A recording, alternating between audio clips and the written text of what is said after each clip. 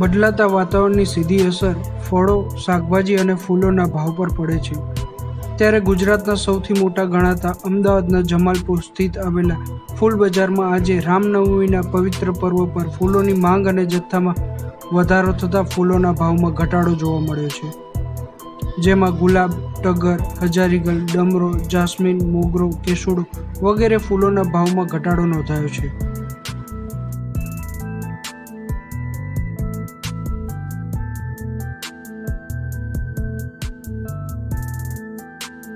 ગુજરાતનું સૌથી મોટું ફૂલ બજાર અમદાવાદના જમાલપુર ખાતે આવેલ છે।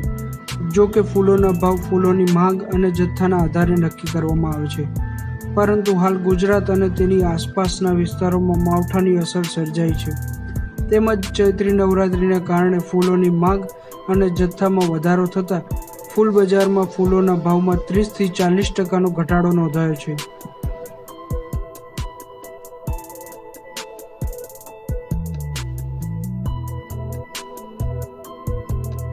સામાન્ય દિવસોમાં ફૂલ બજારમાં ફૂલોની આવક દૈનિક 10થી 15 ક્વિન્ટલ સુધીની થતી હોય છે, પરંતુ વાર તહેવારે ફૂલોની આવક બમણી થઈ જતી હોય છે, જ્યારે ગત સપ્તાહમાં ફૂલોના ભાવમાં 3થી 4 ગણો ઉછાળો જોવા મળ્યો હતો। ઉલ્લેખનીય છે કે ઉનાળાની ગરમી જેમ જેમ વધશે તેમ ફૂલોના ભાવ પણ ઉંચકાશે તેવી શક્યતા રહેલી છે।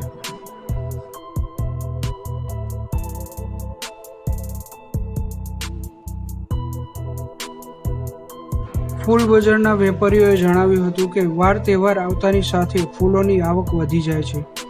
આ સાથે હવામાન વિભાગની આગાહી અનુસાર કેટલાક વિસ્તારોમાં કમોસમી વરસાદ પણ પડ્યો હતો, જો કે હજી પણ કમોસમી વરસાદની આગાહી કરવામાં આવેલ છે। આમ વાતાવરણમાં ગરમીનું પ્રમાણ ઘટતા ફૂલોની આવક પણ વધી ગઈ છે, કારણ કે ઉનાળાની કાળઝાળ ગરમીના લીધે ફૂલો શુષ્ક બની જતા હોય છે।